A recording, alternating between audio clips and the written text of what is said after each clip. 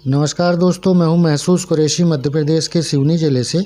आप देख रहे हैं आपका अपना यूट्यूब चैनल देसी मुर्गी पालन। आज हम बात करने वाले हैं रानीखेत डिजीज़ के बारे में, जो लासोटा का वैक्सीन लगता है उस संबंध में। तो रानीखेत की बीमारी में कब आती है, कितने उम्र में आती है, इसके लक्षण क्या हैं, आने का कारण क्या है और इसका इलाज क्या है, उपाय क्या है बीमारी से बचने का, इन सब विषयों पर आज हम चर्चा करने जा रहे हैं। तो चलिए करते हैं वीडियो स्टार्ट। ज़्यादातर ये देखा गया है कि ये बीमारी 10 दिन के पहले आ जाती है, यानी 5 दिन, 6 दिन, 7 दिन में हम इसका लासोटा का टीका कर देते हैं कि रानीखेत बीमारी ना आए। और बाकी बड़ी मुर्गियों में भी ये बीमारी जो है मुर्गियों की किसी भी नस्ल में, किसी भी वैरायटी में कभी भी आ सकती है, मगर बच्चों में ख़ास तौर पे आने का जो रहता है तो वो 5 दिन से 7 दिन, 6 दिन इस बीच में ज़्यादा आती है। और इस समय बच्चों का इम्यून सिस्टम भी कमज़ोर रहता है, तो इसलिए बीमारी का असर बहुत जल्दी होता है।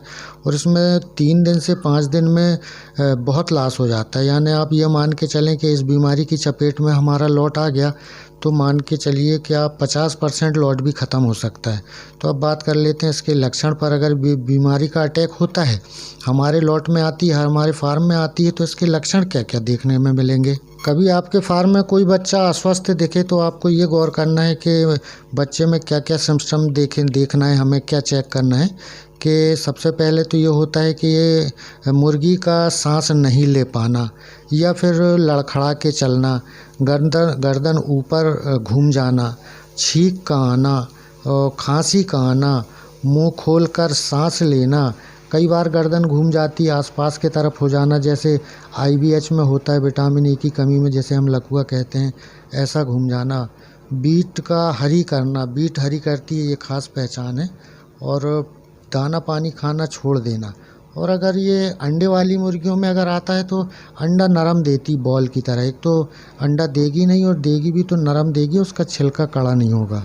यहाँ तक हमने बात की कि क्या क्या सिम्टम्स हैं, उसके लक्षण क्या क्या हैं। अब हम बात कर लेते हैं कि बीमारी फार्म में आने के कारण क्या हैं। तो सबसे पहला कारण तो ये है कि जैसे हमने मुर्गियां पहले से पाल रखी है और कोई मुर्गा या कोई अच्छी फैंसी मुर्गी या कोई मुर्गी ऐसी जो आपको मन को भा गई, वो लेके आ गए फार्म में और उनके साथ डाल दिए, या किसी व्यक्ति का फार्म में जो अनजान है, दूसरे फार्म से आया है, वो हमारे फार्म के अंदर आ गया, उसने बीमारी ले आया, या हम अन्य किसी फार्म से फीडर डिंकर लेके आए और उसे डिसइंफेक्टेड नहीं किए और हमने फार्म में दाना पानी लगा दिए उन्हीं बर्तनों में, या हमारा फीड ख़त्म हो गया था, हमने एक बोरी फीड बाजू वाले किसी से मंग के ले आए, तो उस कारण भी बीमारी उससे भी आ सकती है।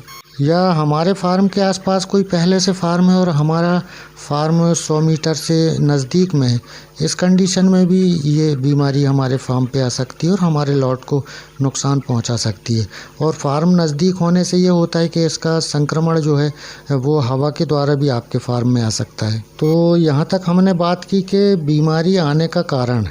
अब बात कर लेते हैं कि इसका बचाव क्या है, उपाय क्या है।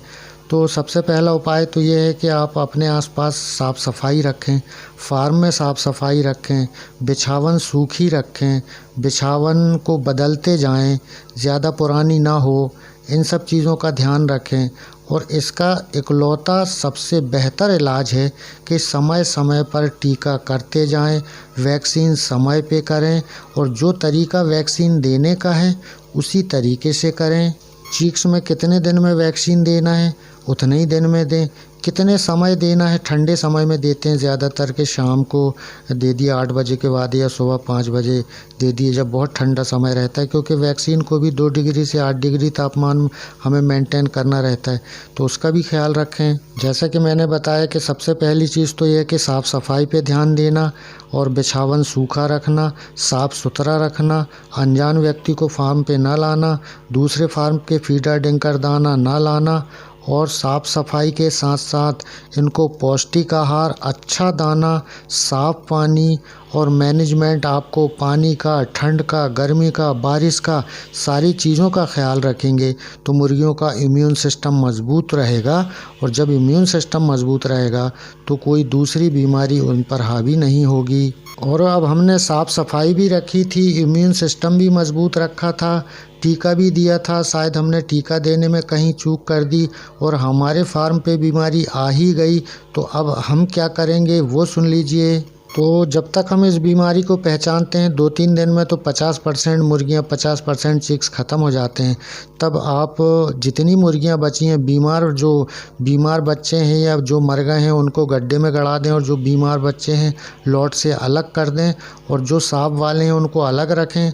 और 24 घंटे के बाद आप फिर से जो टीके में चूक हुई है, रानीखेत का जो लासोटा लगता है उसको फिर से लगवा लें तो 50% लॉट को आप बचा सकते हैं। तो दोस्तों, ये था रानीखेत की बीमारी के लक्षण, कारण और बचाव के ऊपर वीडियो। फिर कल नई जानकारी, नए विषय लेकर फिर हाजिर होता हूँ। तब तक के लिए नमस्कार, जय हिंद।